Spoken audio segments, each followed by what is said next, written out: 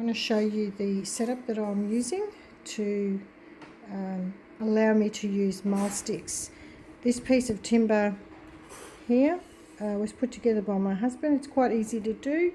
I'll just show you the side of it. There you go, and that's, I'll flip it over so you can see. He's just screwed those two pieces of timber together.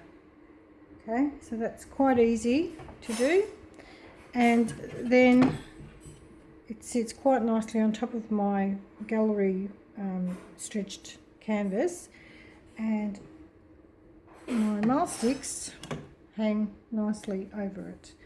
So you can just see the shot there of the side, it just sits really nicely. You do need another piece of timber down the bottom. If you can see that, that's allowing the Mahl stick to just stick out enough so that it's not touching the canvas.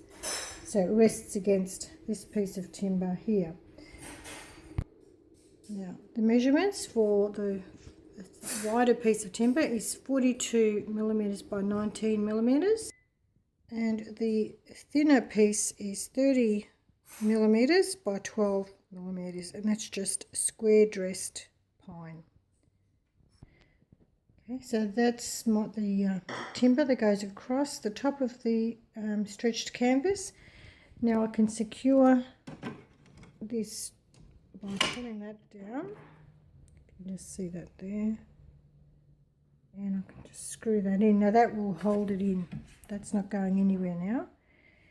So there's some little tricks that you can use to set up an easel with Mahl sticks if you're doing very delicate detailed work, which is what I do a lot. So there, I hope that helps, and enjoy. What I didn't show you is that you can actually position your reference photo on that piece of timber, which extends out. So there you go, that gives you somewhere to put your reference photos for while you're painting, right next to your canvas.